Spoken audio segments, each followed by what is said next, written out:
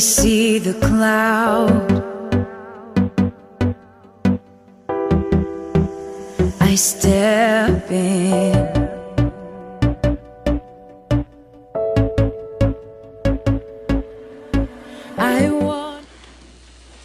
Yo quisiera decir algo de que el Señor es fiel. Amén. Y al decir esto parece una palabra, decía un personaje que es un ícono en un género musical de estos días. Decía él que cuando él fue cristiano, porque no lo es, está apartado, decía esta persona de que aprendió en ese tiempo de que las palabras tienen sentido. Cuando uno empieza a adorar al Señor y uno empieza a sentir de que decir una palabra por decirla simplemente es una palabra que no tiene sentido.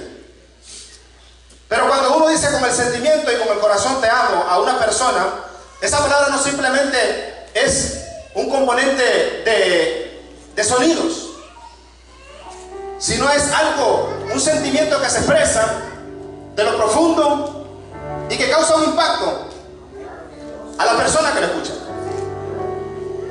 Y al entender nosotros este concepto tan sencillo pero tan profundo a la misma vez, podemos darnos cuenta de que podemos adorar al Señor con palabras que salen de lo profundo del corazón. Amén. Aleluya.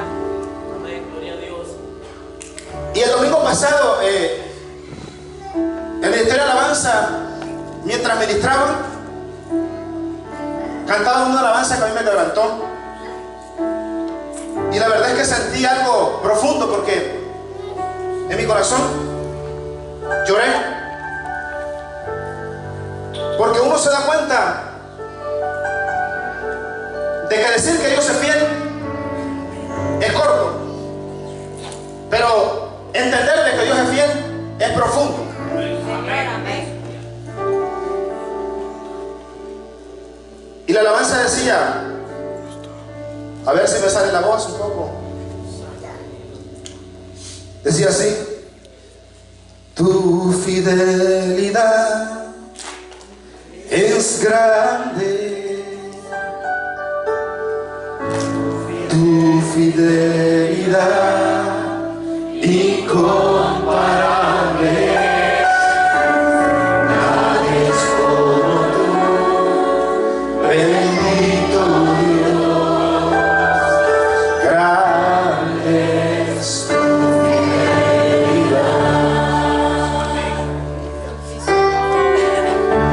Al escuchar ese canto yo me quebranté, porque entendí muchas cosas.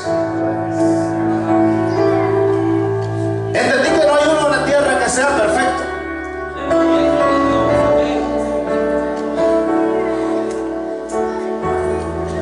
Y adorar al Señor de esta manera, decirle al Señor que solo Él es fiel. La Escritura confirma, dice que aunque nosotros seamos infieles, Él permanece fiel. Amén. Y sus promesas se cumplen. Entender eso de la manera que tenemos que entenderlo y expresarlo de la manera más sencilla pero más profunda es lo que tenemos que luchar por hacer. En esta tarde yo quiero hablarles unas palabras o predicar bajo un tema también sencillo. Y este tema lo encerré entre signos de interrogación. Y es: ¿con ley o sin ley? Es como una pregunta.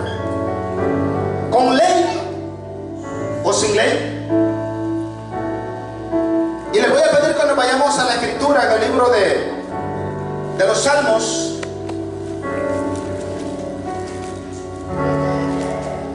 Salmos capítulo 19, versículo 7. Cuando lo tenga me puede responder con un amén. Amén. Amén. Aleluya. ¿Con ley o sin ley? Quiero que se grabe este tema. Porque Porque como les dije, lo encerramos en signos de interrogación. Por la manera que usted en el desarrollo del mensaje, espero que vaya entendiendo el por qué está en signos de interrogación. ¿Lo tenemos todos? Amén. Y vamos a leer la palabra en el nombre del Padre, del Hijo y del Espíritu Santo de Dios. Y la letra dice así: la ley de Jehová es perfecta, que convierte el alma. El testimonio de Jehová es fiel, que hace sabio al sencillo. Ahora, en el mismo libro de los Salmos, capítulo 9, versículo 15.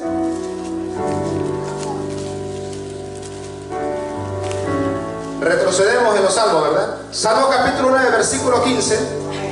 Amén. Dice así: se hundieron las naciones en el hoyo que hicieron, en la red que escondieron fue tomado su pie. Vengamos en palabras de oración. Amén. Padre, en el nombre de Jesucristo, nuestro Señor y Salvador, en esta tarde, Señor, estoy aquí, Señor, ante tu pueblo, ante tu iglesia, y me pongo en tus manos, Señor, porque sé que en este momento voy a ministrar tu palabra, por lo cual te pido que así como usaste a aquellos hombres a los cuales inspiraste esta palabra, así tu Espíritu Santo me use a mí para exponerla de manera clara, que sea para, primeramente, para gloria de tu nombre y para edificación de tu pueblo. Que podamos en esta tarde, Dios mío poderoso, ser ministrados por tu palabra, y que esta palabra, que es poder, pueda dar fruto para la gloria de tu nombre. Al escuchar este término de ley, rápidamente pensamos en dos cosas: en la ley humana o la ley terrenal, o la ley de Dios. Cuando pensamos en la Biblia, lo primero que se nos viene al hablar del término ley es el Pentateuco, que es conocido también como la ley, ¿verdad? Los libros de la ley.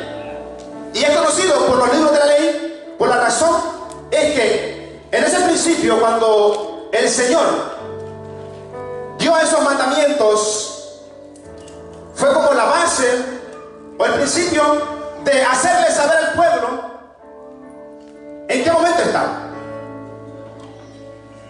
Hacerle saber al pueblo conocer el bien y el mal.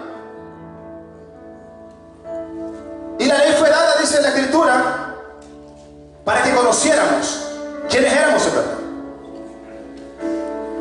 Hay algunos tiempos que son conocidos como dispensaciones, y es por eso que algunas personas se preguntan si las personas que no conocieron de Dios en los tiempos antes de la ley tendrán salvación. Pues déjeme decirle una cosa, y es que dice la Biblia que los que sin ley murieron, ¿qué dice también? Sin ley serán juzgados. Que sin ley serán juzgados. Pero al decir esto, no se refiere a que estas personas no tenían una ley. Dice que se regían según la ley de sus conciencias. Y si usted puede ver, así como hubieron personas que también se condenaron en el tiempo que no estaba la ley escrita, también hubieron gente que tomaron la decisión de hacer lo bueno. Por lo tanto, esas personas son testigos de que la ley de la conciencia juzga delante de Dios. Dice el libro de Romanos que aún la naturaleza misma habla de Dios. Así que no tenemos excusa delante de Dios. Así es. Pero ¿qué significa este término de ley? Bueno, voy a darles aquí el significado de este término. Dice que es una regla o norma establecida por una autoridad superior, en este caso Dios, hablando de la ley de Dios, para regular de acuerdo con la justicia algún aspecto de las relaciones sociales. Eso significa ley. Y yo voy a darles aquí unos conceptos usados mayormente en el Antiguo Testamento y que a veces son causa de discrepancia entre la iglesia, porque a veces nosotros leyendo la escritura no logramos entender y empezamos, eso es causa de disensiones, de que personas puedan levantarse y señalar a su hermano. Y por eso quiero darles unos conceptos bíblicos usados o que se usan como términos bíblicos para que nosotros entendamos a qué se refiere la Biblia. Por ejemplo, ¿qué es un estatuto? Dice la Biblia que Dios dio estatutos a su pueblo, ¿verdad? Y un estatuto es, dice, un reglamento o ordenanza o conjunto de normas legales por las que se regula el funcionamiento de una corporación o de una asociación. Esto es, en términos, ¿cómo se puede decir? Secular. Un decreto, que también se recuerda que habla la palabra en la Biblia, en la ley de los decretos de Dios. Dice que es un decreto. Dice que es una resolución o decisión que toma una persona en un organismo, con autoridad para ello. Lo voy a repetir. Es una resolución, esto es un decreto, o decisión que toma una persona o un organismo con autoridad para ello. Ahora vamos al tercero, que es un rudimento. ¿Han escuchado de los rudimentos? Pablo le habla a los Gálatas mucho de esto. Porque lo que pasa es que muchas personas confundidas se confunden con la palabra, y por eso es que muchas personas dicen la Biblia se contradice. ¿Por qué? Porque ignoramos las escrituras, ignoramos lo que quiere decir la escritura, ignoramos para quién fue escrito, ignoramos en qué tiempo fue escrito, ignoramos el lenguaje en el que fue escrito. Entonces, tanta ignorancia nos lleva a que nosotros formemos nuestro propio concepto y le damos un contexto que no es el contexto en el cual fue escrito realmente la escritura. Amén. Entonces dice que un decreto, dice que es un embrión o parte de un ser vivo, imperfecto, desarrollado. Dice que es un embrión o parte de un ser vivo, imperfectamente desarrollado. Y cuando habla de este concepto, a mí me llamó mucho la atención, porque Pablo, llamándole la atención a los Gálatas, les dice: ya no vivan bajo los rudimentos de la ley. ¿Se recuerdan? Ajá. Bueno, por lo menos los que Yo lo asocio. alguna vez hemos leído el libro de los Gálatas. ¿Por qué? Porque los Gálatas querían volver a los rudimentos de la ley. Y nosotros, si nos damos cuenta, siempre estamos queriendo, como dije anteriormente, bajo esclavitud. Y dice la Biblia que el que vive bajo la ley está esclavizado. Entonces, volviendo a los rudimentos de la ley, cuando Moisés hace gritar al pueblo en aquellos montes, en el monte Bali, en el monte de Gerizim, dice que puso a proclamar la ley de Dios. Y entonces, cuando aquellos hombres gritaron la ley de Dios, al final de todo, es por eso que Pablo le dice, y le explica a los romanos también en la carta a los romanos, les dice: el que vive bajo la ley vive bajo maldición. ¿Por qué? Porque al término de toda la ley, si usted lee todo completo, le dice: y el que maldito, el que no cumpla todas las palabras escritas en esta ley. Ahora, ¿usted quiere vivir bajo la ley? No. ¿Queremos vivir nosotros bajo la ley? No. Y entonces es cuando empieza a despertar a veces en nosotros, por, como les decía anteriormente, la ignorancia, un celo que no es el celo de Dios. Y empieza la persona a subirse al altar para decir cosas que quizás simplemente son rudimentos de la ley.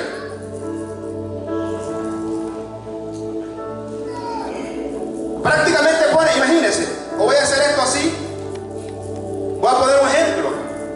Imagínense que su hijo nació, creció, se realizó, y usted vuelva al tiempo en que su hijo niño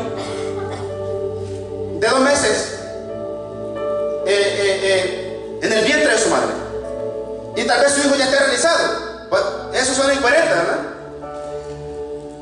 Porque su hijo ya se cumplió, ya dio a luz, ya se llevó a cabo todo, ya vivió su vida y ya está realizado. Ahora, nosotros volviendo a la ley y volviendo a los rudimentos de la ley, estamos haciendo lo mismo. Todavía Cristo no ha nacido para los que quieran vivir bajo los rudimentos de la ley.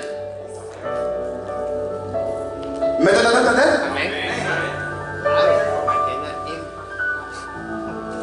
Otro término, ¿verdad? Que esto también nosotros hemos conocido comúnmente nosotros.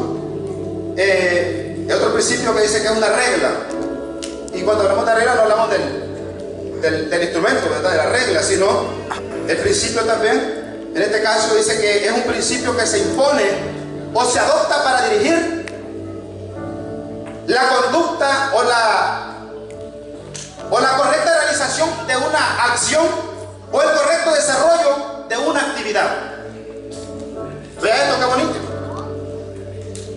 Y le voy a explicar de esta manera. Se lo voy a leer de nuevo. Un punto dice, una regla dice que es un principio que se impone.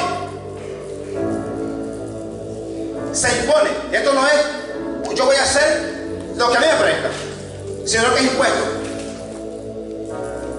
En el libro del Número dice que Dios le dijo a Moisés: el sacrificio se va a hacer así, así y así, de esta manera.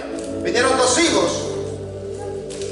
de Aarón y no hicieron el culto como fue ordenado que se hiciera. ¿Y qué pasó? Dice que fuego extraño hicieron y dice que el celo del Señor lo consumió. Entonces, ¿qué nos dice esto? De que nosotros, el culto del Señor es el culto del Señor. Hay una regla para el culto del Señor. Tenemos que hacer algo. El culto de Dios es el culto del Señor. Y quizás esto a alguien o a algunos, quizás a todos, no nos va a gustar esto que voy a decir. Porque nosotros aquí en el altar hacemos muchas cosas que no es el culto del Señor. El día del padre, el día de la madre, el día del niño, y subimos al altar y hacemos lo que sea. Sí, lo queremos celebrar. Hay lugares para hacerlo. Pero este día, en este lugar, se celebra el culto del Señor. Y la regla fue: el culto de Dios es el culto de Dios. Y no podemos salirnos de las reglas, porque hay que celebrar otra cosa más que lo que es el culto del Señor. Bueno, no los escucho muy convencidos, pero voy a seguir. Me he propuesto hablar lo que el Espíritu Santo ha puesto en mí. Y estoy tratando, como les digo, no de volver a los rudimentos de la ley, sino de hablar como la palabra está escrita. Entonces, cuando nosotros nos salimos de estos principios o de estas reglas que fueron dadas, estamos infringiendo la ley.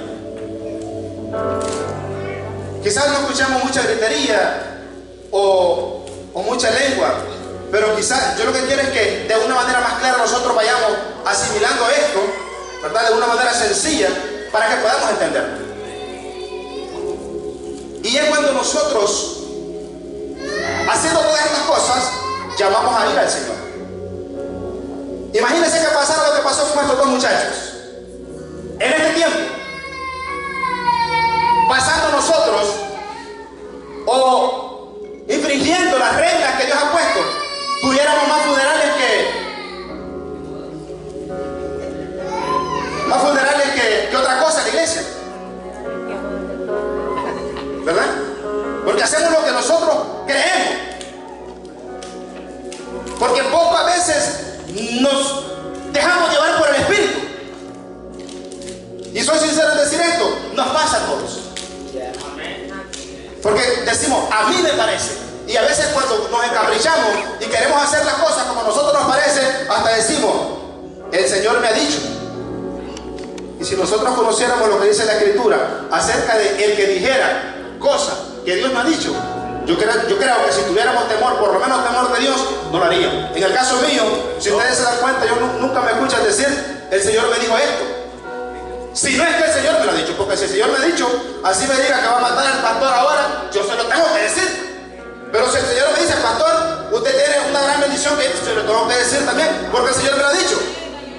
Pero yo no voy a acercarme a una persona, ni a algún líder, ni al pastor, a darle una palabra que para alegrarlo simplemente por ser más cercano al pastor. Pero cuesta estar de esta manera, porque prácticamente nosotros siempre andamos como personas o como seres humanos, siempre nosotros estamos detrás de algo. Usted se da cuenta cómo las personas se suben al altar y las personas empiezan a hacer lo que quieren y las personas quieren hacer un show y no una alabanza para el Señor.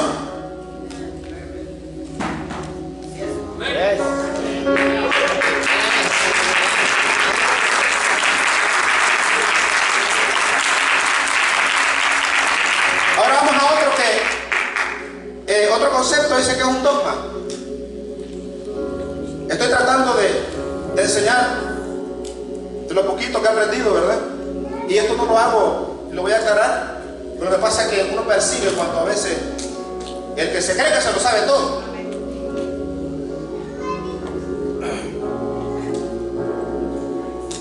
Y entonces uno dice, bueno, dijo un filósofo, creo que fue, yo lo único que sé es que yo no sé nada. Y cuando a veces uno se pone a leer la escritura y a veces uno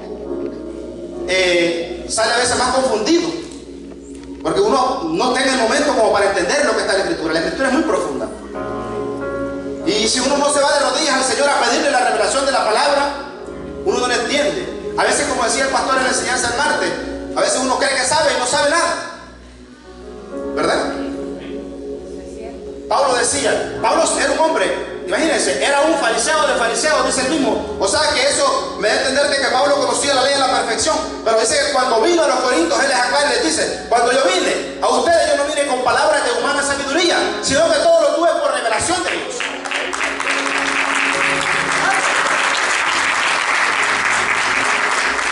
Pero qué poca revelación parece que hay en estos tiempos, porque muchas veces nosotros nos enfocamos más en lo que humanamente estudiamos y poco queremos humillarnos al Señor y buscar del Espíritu Santo, para que sea el Espíritu Santo que ministre el pueblo. Porque yo puedo decir mil cosas que suenan bonitas aquí, pero Pablo advirtió de todas estas cosas a Timoteo y le dice, vendrán en los postreros tiempos hombres con palabras vanas, con huecas sutilezas. Entonces podemos nosotros prepararnos de todas las maneras posibles y traer un mensaje preparado y convencer a medio mundo y aplicar, como decía el pastor, que en la homilética hay una regla que se llama aplicar las emociones y que toda la gente llore. Y cuando salimos todas afuera limpiándonos la cara, ¿y por qué lloramos? Y no nos damos cuenta ni por qué lloramos, pero lloramos. Y esto está pasando en las iglesias. Esto está pasando con nosotros. ¿Y sabe por qué? Porque somos ignorantes de muchas cosas. Y a veces creemos que conocemos la palabra de Dios y nosotros no conocemos la palabra de Dios. A veces creemos que estamos adorando al Señor y no estamos adorando al Señor de verdad. A veces creemos que estamos bajo la perfecta voluntad de Dios y estamos fuera de la voluntad de Dios. Dice la Escritura que Pablo creía que estaba bajo la voluntad de Dios y matando a los hermanos. Todo eso lo hacía por ignorancia. Pero ¿qué es para nosotros la sana doctrina? La sana doctrina, ¿verdad? Preguntémonos nosotros si estamos bajo la sana doctrina, porque no es ponerse aquí a decirle al hermano o a la hermana, anda en pecado, anda en esto y de la manera inadecuada. Dice la Biblia que el Espíritu Santo no es así. Y hablamos del orden del Espíritu Santo y no sabemos cuál es el orden del Espíritu Santo, porque lo que nosotros creemos que es el orden del Espíritu Santo, según nuestra manera de pensar, a veces las personas, imagínese usted, es orden para usted una persona hablar en otra lengua diferente y estar hablando un montón de cosas que parece a nuestra humana manera de pensar incoherencias, a nuestra humana manera de pensar.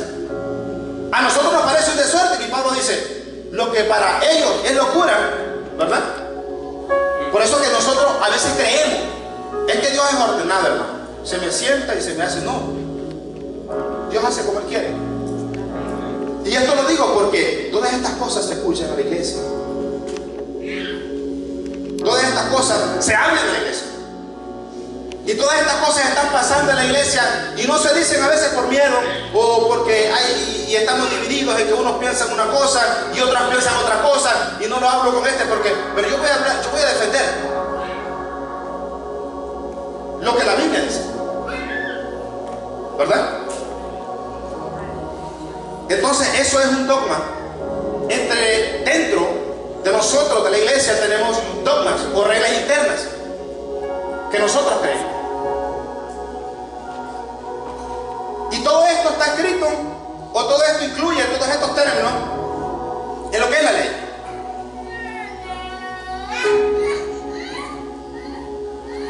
Dice que todo está sujeto a leyes en la vida. Por ejemplo, en la casa usted con sus hijos les pone leyes, ¿verdad? Mire cómo todo el universo se rige por leyes. Todo el universo completo está regido por leyes. Todo. Algunas que conocemos, otras que todavía no conocemos, algunas que han descubierto los científicos y otras que no sabíamos, y otras que sabían lo que está en la Biblia pero no las querían aceptar. En la casa todo está sujeto a leyes, en el trabajo hay leyes, los países todos tienen sus leyes. En Estados Unidos, en todos los estados hay diferentes leyes. Existen leyes físicas, leyes civiles, leyes estatales, leyes federales, y como les decía anteriormente, el universo completo está regido por ley. Dice la Biblia que Dios a un hermano le dio leyes y le dio estatutos y le dijo: hasta aquí llegará el orgullo de tu grandeza. Al mar mismo. Ahora imagínese usted a nosotros. Y hasta ahora, hasta ahí está el mar. Pero nosotros, ¿cómo nos cuesta? ¿Verdad? Limitarnos hasta donde Dios dice que lleguemos. ¿Y saben por qué pasa eso? Porque dice la Escritura que nosotros decimos que es el pueblo de Israel, pero traigamos a nosotros, dice que somos de dura cerviz. Somos duros. Nos cuesta. Y no estoy diciendo les cuesta, digo nos cuesta. Hay unas leyes que se llaman las leyes inexorables, y estas leyes nos abarcan a todos: humanos, animales, de toda la creación. Por ejemplo, la muerte es una ley inexorable. Esta ley inexorable nadie puede evadir una ley de estas. Dígame usted quién no se va a morir. Esas son leyes inexorables que no se pueden evadir.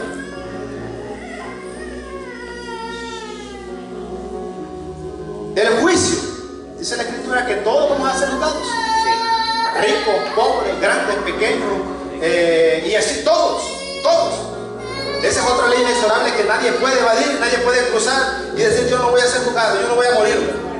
Esas son leyes inexorables que nadie las puede evadir.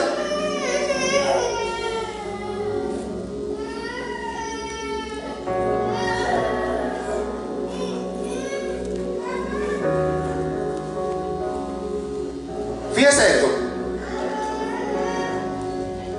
Entre la ley humana y la ley de Dios, la ley espiritual, hay muchas cosas que concuerdan, pero hay más discrepancias que lo que pueden concordar. Por ejemplo, nosotros, en la ley de Dios dice: no matarás. ¿Y esto está permitido por las leyes humanas? Por eso el salmo que leíamos al principio decía: la ley de Dios es perfecta, que convierte el alma. La ley de Dios es así, recta. Y cuando la ley humana viene aquí y se aparta aquí, porque la ley humana es así, pero la ley de Dios es recta, es perfecta y es sencilla. Simplemente que, como dice Romanos, en nuestro humano corazón estamos entenebrecidos. Esto significa cegados. Esto significa que estamos sin conocimiento. Y a veces nosotros creemos, cuando más sabios nos creemos, es cuando más ignorantes somos.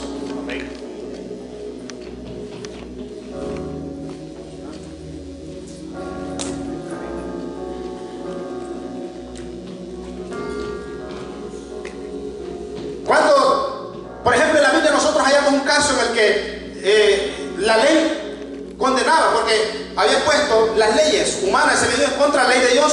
Y está el apóstol el apóstol Juan y el apóstol Pedro enfrente, dice, de los principales y los sacerdotes y los gobernantes de aquellos tiempos, y empezaron y les prohibieron que predicaran en el nombre de Jesucristo. Las leyes, vamos a decir en aquellos tiempos, el lugar donde se forman las leyes, que es en este tiempo la Corte Suprema. Los conocedores de la ley no prediquen en ese nombre, no hablen a nadie en ese nombre.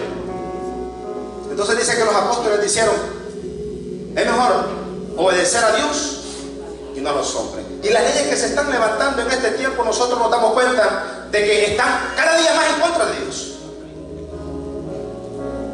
Y la gente se hace víctima, ¿verdad? Ahora victimizamos el pecado.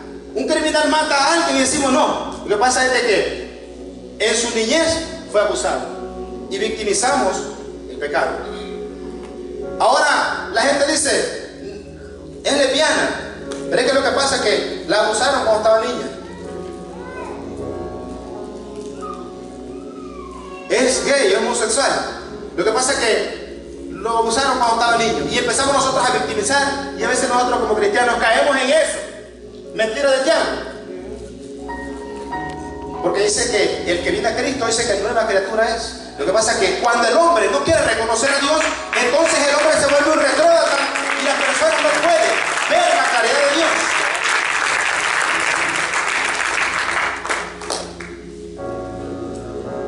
Pero ahora viene una pregunta: ¿entonces la ley es buena?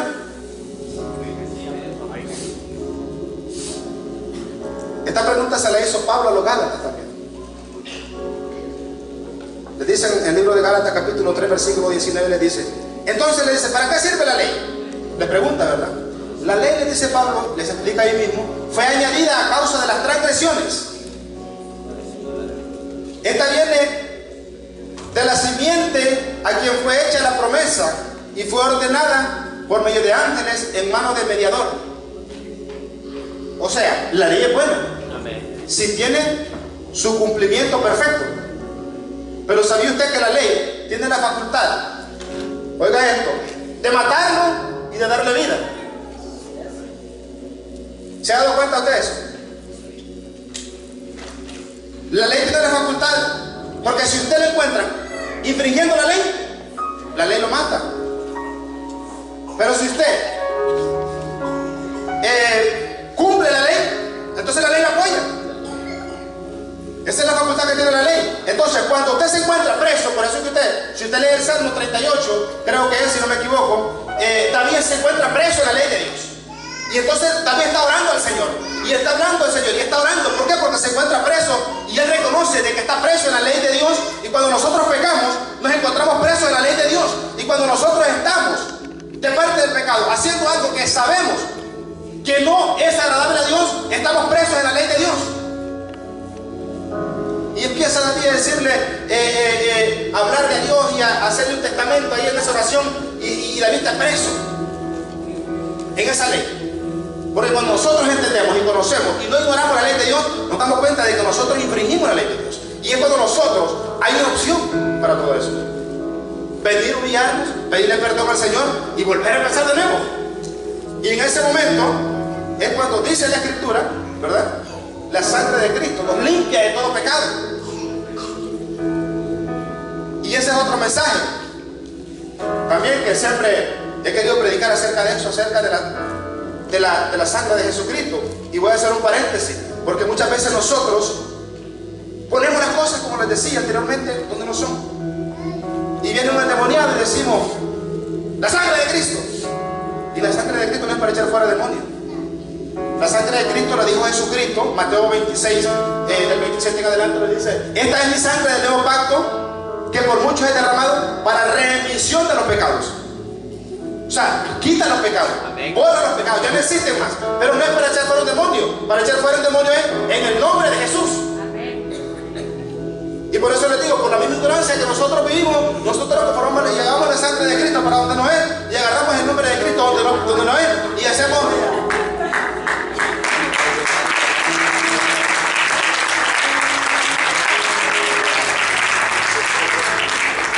decía que en las leyes del universo hay una ley que me llamó mucho la atención y que estuve leyendo acerca de esto. Son las leyes de la física. Fíjense esto. Dice que las leyes de la física nos hablan de una ley conocida como la ley de la entropía. Escuche esto. Pero, ¿qué significa esto?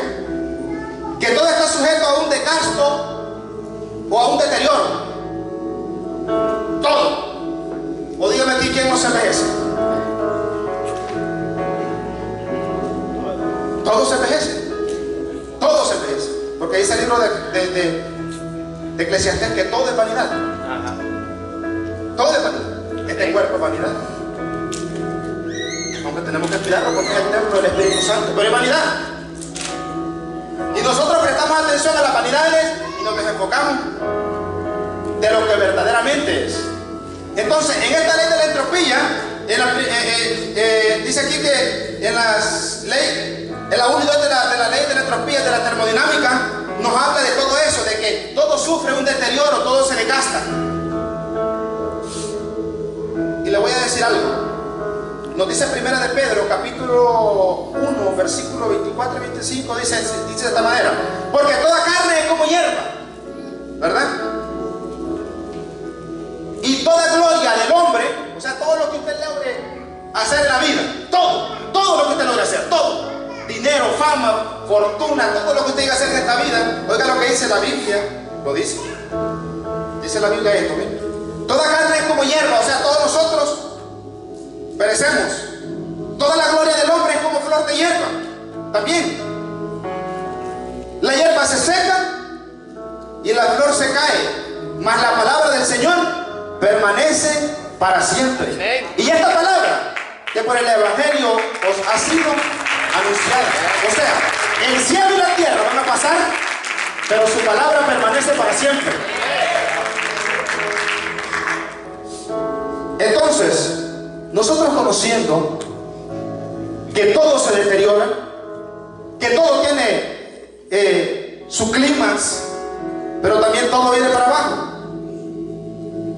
Según lo que estudian, dice que en el momento en el que Jesucristo, por eso que dicen que Jesucristo, todo bajo la ley. Imagínense, dice que la cima hasta donde una persona puede llegar, cuando una persona hasta los 33 años está en la mejor época de su juventud, a los 33 años. De ahí para allá, miren, todo viene para abajo. Y Jesucristo no podía envejecerse porque llegó hasta y de ahí fue levantado en gloria. Entonces usted puede ver que cómo Jesucristo todo lo hizo perfecto. Todo tiene su deterioro. La palabra de Dios es la única que nunca cambia. Voy a tratar de concluir. Como les decía, la ley tiene la facultad de levantarnos, de darnos libertad, pero también de meternos presos. Usted puede ser libre si usted cumple la ley de Dios. Usted puede estar preso si usted infringe la ley de Dios. Y un ejemplo claro es cuando las personas, ahora le estaba hablando a los jóvenes en la clase dominical acerca del orden de Dios en la Biblia, porque el pastor nos ha estado hablando acerca de la escritura y les decía, vamos a hablar de un tema de carácter apologético, y les hablaba del orden de la Biblia, porque nosotros a veces, como les decía también, y lo vuelvo a repetir de nuevo, nosotros creemos que sabemos pero no sabemos nada, y las personas nos dicen, ¿por qué la Biblia es la palabra del Señor? Bueno, porque es la palabra de Dios. ¿Pero por qué? Pero no sabemos qué decirle. Y empezamos a decirle, nosotros les hablaba de todos los libros que existen, que según son los libros santos que se llaman, ¿verdad? Que la gente dice que son libros santos y los ponemos a la par de la Biblia, y ninguno tiene lo que la Biblia tiene, porque la Biblia es la palabra del Señor. Ningún libro fue escrito por más de una persona. La Biblia fue escrita por más de 40 hombres, dice, entre ellos en diferentes épocas, y hablaron de lo mismo. Ningún libro habla de que su Mesías, en este caso nosotros, ¿verdad?, iba a venir, iba a nacer, en qué tiempo, tiempo y en qué perfección fue cumplido. La Biblia lo tiene. Y entonces, por eso que les decía yo, les hacía la pregunta, ¿no se han dado cuenta ustedes por qué tanto odio contra la Escritura? ¿Por qué no contra la perla del gran precio de los mormones, o contra el Tripitaka de Buda, o contra el libro este del Corán? Nadie, porque vienen los rockeros y hacen cosas y conjuros y muchas cosas ahí, y el odio es contra la Biblia, pero ninguno en contra del Corán. ¿O se ha dado cuenta usted que alguna persona odia el Corán? ¿Usted se ha dado cuenta de que alguna persona maldice el Corán? Nadie. Porque esta es la ley de Dios. Y cuando nosotros conocemos la ley de Dios, cuando nosotros sabemos que esta palabra es la ley de Dios, y que esta palabra, dice la misma palabra, que es una espada cortante que penetra lo más profundo, esto te puede partir y te puede también levantar.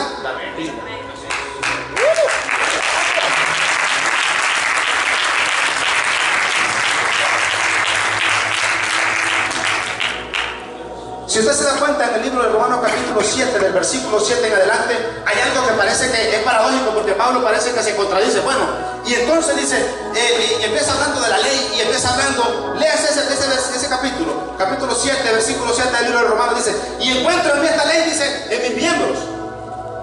Se empieza a preguntar Pablo, ¿y por qué pasa esto? ¿Y por qué pasa lo otro? Y se lo voy a leer para que no nos quedemos con esa duda. O escuche esto, que se lo voy a leer. No lo busque, ponga atención a lo que le voy a leer. Romanos capítulo 7, versículo 7 en adelante. Dice, ¿qué diremos pues? Dice, ¿la ley es pecado? Le dice a los romanos. En ninguna manera, le dice. Pero yo no conocí el pecado sino por la ley. O sea que la ley no vino a quitar la venda que tenía. Porque dice Pablo aquí, mira lo que dice. Porque tampoco conocí la codicia si la ley no dijera, no codiciarás. Entonces, cuando el Señor le da los 10 mandamientos, ¿verdad? Los 10 mandamientos a Moisés, y le dice, porque Jehová no tendrá por inocente al pecador. ¿Por qué? Porque le está dando una ley y le dice, haz estas cosas y vivirás. O sea, el Señor le da la luz. Hagan estas cosas para que vivan. Entonces, al darle Dios la luz para que la gente se rigiera bajo esas leyes, la gente no podía vivir ignorante. Jesucristo en una ocasión le dice a los fariseos y a los escribas, vayan y escudriñen las escrituras, porque a vosotros os parece que ahí hay vida eterna. Entonces vea lo que dice Pablo. Mas el pecado, tomando ocasión por el mandamiento, produjo en mí toda codicia, porque sin la ley el pecado está muerto. Imagínense esto. Y aquí nosotros estamos hablando de la ley mosaica. Y yo dice, sin ley vivía en un tiempo, pero venido el mandamiento, el pecado vivió y yo morí. Ayer que el mismo mandamiento que para mí, que era para mi vida, por eso les decía, a mí me resultó para muerte. O sea, cuando Pablo se da cuenta, vamos a ponerlo así de esta manera, estoy matando a mis hermanos. ¿Y qué dice la ley? Y se dio cuenta de que estaba en pecado y de que estaba preso en la ley. Y dice, a mí me resultó, ayer mismo mandamiento dice que era para mi vida, a mí me resultó para muerte, pero el pecado, tomando ocasión por el mandamiento, me engañó y por él me mató. De manera que la ley a la verdad es santa, y el mandamiento santo, justo y bueno. Dice la Biblia que la ley de Jehová y la voluntad de Dios es agradable, es perfecta. Y esta palabra no tiene sombra de variación. Porque esta palabra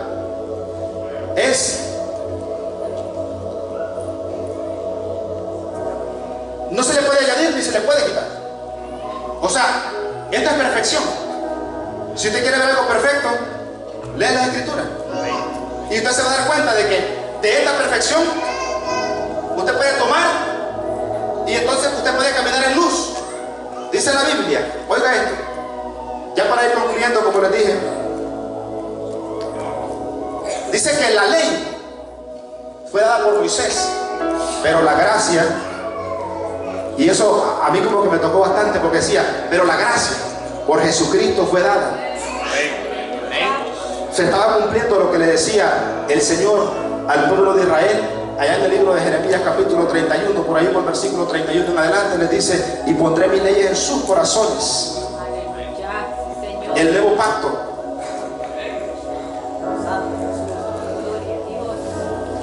Entonces, viviendo en la ignorancia y viviendo en la ley, estamos presos. Pero ¿cuánto da gloria al Señor por Jesucristo? ¿Cuánto da gloria al Señor porque Jesucristo vino a librarnos de la ley? ¿Cuánto da gracias a Jesucristo porque dice que su sangre nos vino a limpiar de toda mancha del pecado y nos vino a ser libres? Y dice la Escritura que no nos ha dado libertinaje, libertad, para que no nos confundamos. Nos hizo libres, libres de toda la ley, libres de todos los rudimentos de la ley, libres de toda obra muerta, libres de todo aquello que nos condenaba.